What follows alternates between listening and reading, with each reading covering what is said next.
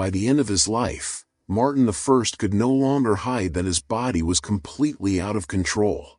Each day became a struggle to hold on to what little dignity he had left, as constant diarrhea drained his strength and turned into full incontinence.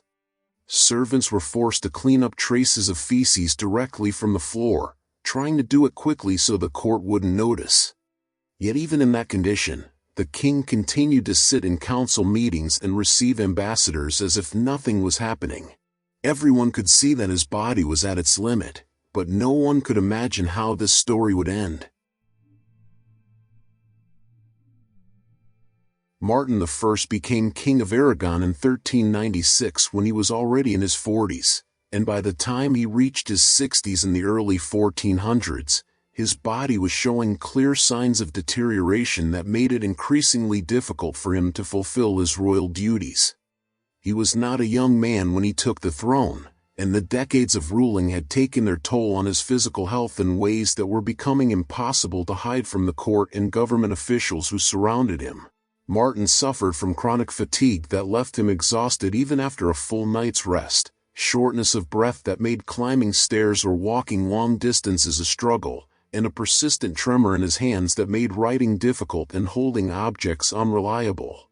The court physicians who attended to Martin recognized these as signs of aging and declining health, but they had no effective treatments to offer beyond vague recommendations about rest and diet that did little to address the underlying problems. Medieval medicine in the early 15th century had limited understanding of how the body worked and even less ability to treat chronic conditions, particularly in elderly patients. Doctors could observe symptoms and make educated guesses about causes, but their interventions were largely ineffective, based on theories about bodily humors that had no real connection to actual physiology. What made Martin's situation more complicated was that he was determined to continue ruling despite his deteriorating health. Aragon was navigating complex political situations both domestically and in its relationships with other kingdoms, and Martin believed he needed to remain actively involved in governance even as his body increasingly failed him. He attended council meetings, received ambassadors, made decisions about military and diplomatic matters, all while struggling with physical symptoms that would have justified stepping back from active rule. The courtiers around him could see he was unwell, but the culture of medieval monarchy demanded that a king project strength and capability, and Martin did his best to maintain that appearance even when it was obviously costing him enormous effort. The digestive problems that would ultimately kill Martin began gradually, with occasional episodes of stomach upset and loose stools that seemed unremarkable for a man of his age. At first these incidents were infrequent enough that they could be attributed to eating something that disagreed with him or to temporary illness that would pass on its own. But over a period of weeks, the digestive issues became more frequent and more severe, progressing from occasional discomfort to daily episodes of intestinal distress that made it increasingly difficult for Martin to function normally. He experienced frequent bloating that left his abdomen visibly distended and uncomfortable, sharp cramping pains that would strike suddenly and double him over, and gas that he could not control, which created embarrassing situations during formal court proceedings. The flatulence became a particular problem because Martin had lost the ability to control when gas would escape, and the odor was notably foul, suggesting that something was seriously wrong with his digestive system. Courtiers began to notice when the king would suddenly cover his mouth with his hand, not because he was coughing but because he was struggling with nausea or trying to maintain composure while dealing with intestinal cramping. Council meetings would be interrupted when Martin needed to excuse himself urgently, and attendants who accompanied him reported that these trips to the privy were becoming more frequent and more distressing for the king, who was clearly suffering from severe diarrhea. The diarrhea that had started as an occasional inconvenience rapidly progressed into a chronic condition that dominated Martin's daily existence and began to seriously threaten his health. What had been loose stools became increasingly watery, the kind of profuse liquid diarrhea that indicated a severe problem with his intestinal system.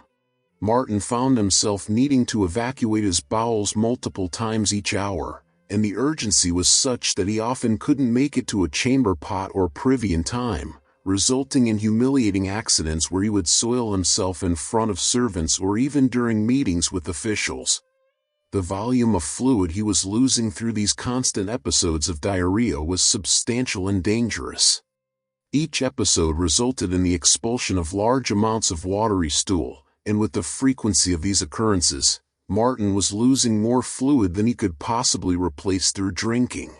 Medieval understanding of hydration and fluid balance was essentially non-existent, so nobody around Martin recognized the true danger of what was happening.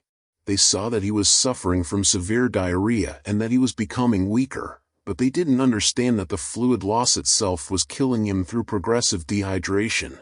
The intestinal cramping that accompanied each episode was severe enough to make Martin cry out in pain. The cramping would build in waves, starting as a dull ache in his lower abdomen and intensifying to sharp, gripping pains that made him double over and clutch at his stomach. These cramps were caused by the violent contractions of his intestines as they tried to expel their contents, and the inflammation in his gut made the tissue hypersensitive so that each contraction felt like a knife twisting inside him. After each episode of diarrhea, Martin would be left weak and shaking, barely able to stand, needing assistance to clean himself and return to his chambers. The burning sensation that developed in his anal area added another layer of misery to his condition. The constant passage of acidic, liquid stool irritated the delicate tissue around his anus, causing it to become inflamed, raw, and excruciatingly painful. Every time he had another episode of diarrhea, which was happening many times per day, the burning sensation would intensify, and eventually the tissue broke down completely, developing open sores that made each subsequent episode feel like passing acid through an open wound. Martin could barely sit down because the pressure on his inflamed rectum was unbearable, and standing for long periods was equally difficult because of his overall weakness. His appetite disappeared almost completely as his digestive system rebelled against any input. Food that went into his stomach would trigger almost immediate intestinal cramping and diarrhea, and Martin learned to dread eating because he knew what would follow.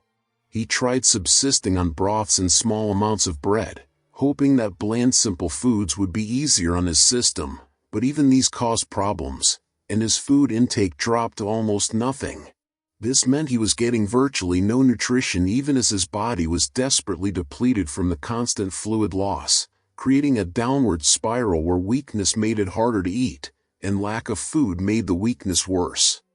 The court physicians who examined Martin during this period were alarmed by his condition but had no effective treatments to offer. They prescribed various herbal remedies that were supposed to settle the stomach and firm up the bowels, but these had no effect on what was likely a severe intestinal infection or inflammatory condition that required interventions medieval medicine couldn't provide. They tried different dietary restrictions, suggesting he avoid certain foods and eat more of others, but Martin was barely eating anything at all by this point. They performed bloodletting, believing that removing blood would somehow rebalance his humors, but this only weakened him further by reducing his blood volume at a time when he was already dangerously depleted from dehydration. The progressive dehydration that resulted from Martin's relentless diarrhea began to cause visible changes in his physical appearance and obvious deterioration in his overall condition. His skin, which had been relatively normal for a man of his age, became noticeably dry and began to lose its elasticity, taking on a papery quality that made him look even older than his 60 years. When physicians or attendants touched his skin, it would stay tented up for several seconds before slowly settling back, a classic sign of severe dehydration that nobody in the 15th century would have recognized as such. The skin on his face became drawn tight over his skull, emphasizing his bone structure and giving him a gaunt, almost skeletal appearance. His eyes sunk deeper into their sockets, surrounded by dark circles that made him look perpetually exhausted and ill. The moisture that normally keeps eyes lubricated and comfortable was depleted, leaving his eyes feeling dry and gritty, and he blinked frequently trying to relieve the discomfort. His lips became cracked and split, bleeding at the corners where the dried tissue broke from any movement of his mouth. His tongue was coated and dry, and when he tried to speak, His voice came out hoarse and raspy because his throat lacked sufficient moisture to produce sound normally. The dehydration affected Martin's cardiovascular system in dangerous ways that were invisible to observers but were progressively compromising his ability to survive. With the severe fluid depletion, his blood volume had dropped significantly, and his heart was struggling to pump the thickened, concentrated blood that remained through his circulatory system. His heart rate became rapid and irregular, sometimes racing at over 100 beats per minute, other times skipping beats or stuttering in rhythms that left him feeling dizzy and short of breath. His blood pressure dropped dangerously low because there simply wasn't enough fluid volume in his circulatory system to maintain normal pressure, and this meant his brain and other vital organs were receiving inadequate blood flow. The effect on his brain function became apparent in his mental state and level of consciousness. Martin became increasingly confused and disoriented, having difficulty following conversations or remembering what had been discussed in meetings. He would drift off during council sessions, not from sleep but from a kind of stuporous state caused by inadequate blood flow to his brain. When he tried to stand or walk, he would become dizzy and unsteady, his legs barely able to support his weight, and on several occasions he nearly collapsed before attendants could catch him.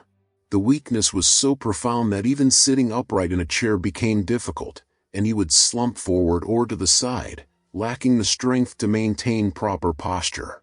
His kidneys, which depend on adequate blood flow to function properly, began to fail as the dehydration worsened. Martin's urine output dropped to almost nothing, and what little urine he did produce was dark and concentrated, indicating that his kidneys were struggling to perform their normal function of filtering waste from the blood. The buildup of waste products in his bloodstream contributed to his overall sense of illness and may have worsened his confusion and mental fog.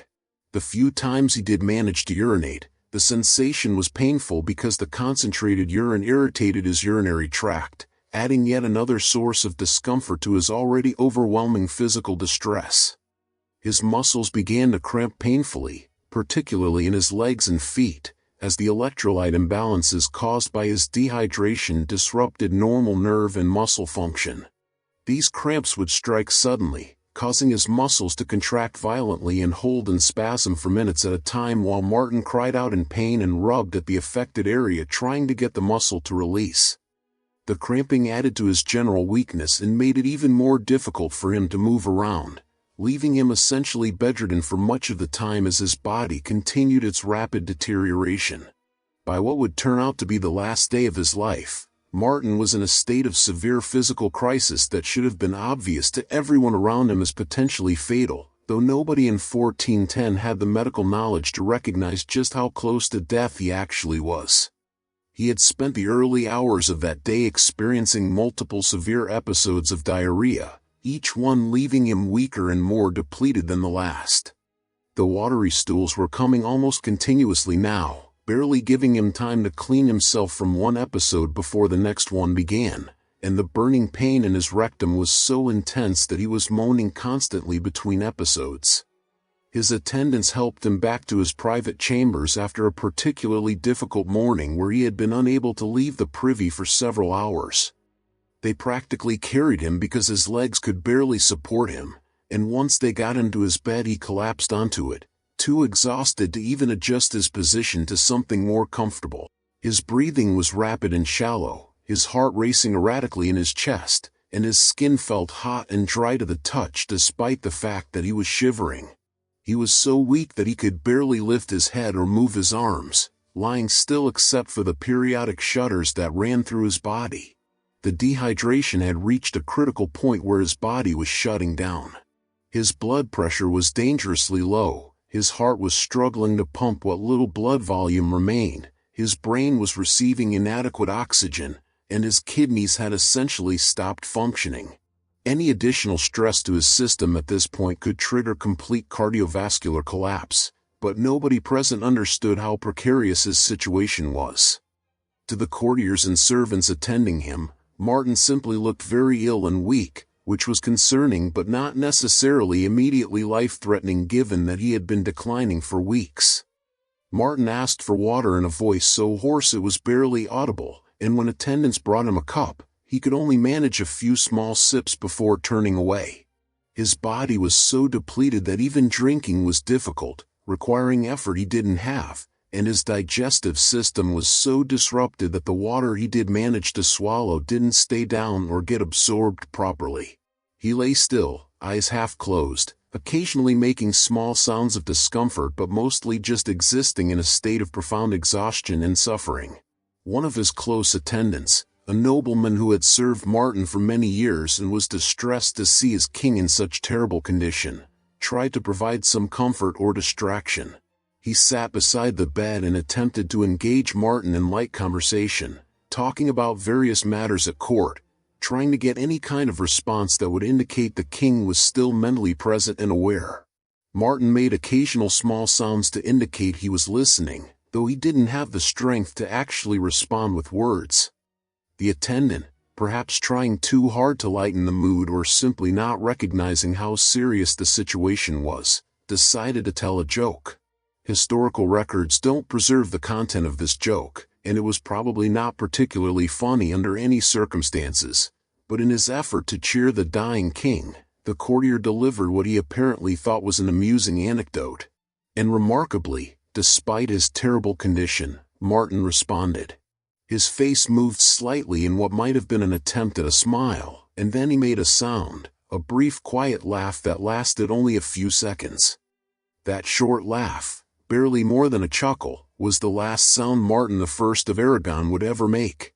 The physical act of laughing, even that brief and weak attempt, created demands on his body that his severely compromised system simply could not meet. Laughing requires coordinated muscular contractions of the diaphragm and abdominal muscles, and it causes temporary changes in breathing patterns and blood pressure that a healthy body handles easily but that can be catastrophic for someone in Martin's condition. When Martin laughed, his abdominal muscles contracted, his diaphragm moved, and his breathing pattern changed for those few seconds. This caused a sudden spike in his blood pressure as blood was pushed more forcefully through his system, and his already struggling heart tried to respond to this demand. But his heart was working with severely reduced blood volume from the dehydration, operating on the edge of failure, and this sudden additional stress was more than it could handle. The heart, which had been maintaining barely adequate circulation through rapid, irregular beats, lost its rhythm completely, going into a fatal arrhythmia where it could no longer pump blood effectively. At the same time, the laugh required him to take a deeper breath and then exhale forcefully, and his respiratory system, already compromised by weakness and poor circulation, couldn't maintain adequate oxygen exchange during this disruption to normal breathing. His brain, which was already receiving marginal blood flow due to his low blood pressure and dehydration, was suddenly deprived of what little oxygen it had been getting, and within seconds he lost consciousness as brain function began to shut down from oxygen deprivation. The courtier who had told the joke watched in horror as Martin's brief laugh ended and the king suddenly went completely limp. His eyes, which had been half open and somewhat responsive, rolled back slightly and then fixed in an unseeing stare. His breathing, which had been shallow but present, simply stopped. His body, which had been weakly responsive to touch and sound, became completely unresponsive, lying still and silent on the bed. The change happened so quickly that it took several seconds for the attendants present to realize that something catastrophic had just occurred. They immediately tried to revive him, calling his name loudly, shaking him gently, checking for breathing and pulse. Someone ran to summon the court physicians, shouting urgently that the king had collapsed. Others tried rubbing his hands and feet, splashing water on his face, anything they could think of to bring him back to consciousness. But Martin was already gone. His heart had stopped beating effectively, his breathing had ceased, and his brain was dying from lack of oxygen. The physicians who arrived minutes later could do nothing because there was nothing to be done with the medical knowledge and tools available in 1410. Martin I of Aragon was pronounced dead, having ruled for 14 years and died at age 60 from complications of severe dehydration caused by relentless diarrhea, with the final trigger being a moment of laughter that his failing body couldn't survive. The official records of his death described it vaguely as a sudden illness, with some accounts mentioning that he died laughing at a joke, but without understanding the medical context of why that laugh proved fatal. The truth was that Martin had been dying slowly from dehydration over the preceding weeks, and the laugh was simply the final stress that pushed his compromised cardiovascular system into complete failure. His death created an immediate succession crisis because he left no clear heir, and Aragon spent the next 2 years in political turmoil before finally selecting a new king through a complicated process of negotiation among competing claimants. But for Martin himself, the end had come in his bed, surrounded by attendants who had been trying to comfort him, killed by a brief moment of humor in the midst of terrible suffering, his body so depleted and damaged by chronic diarrhea that even the small physical act of laughing was enough to stop his heart and end his life.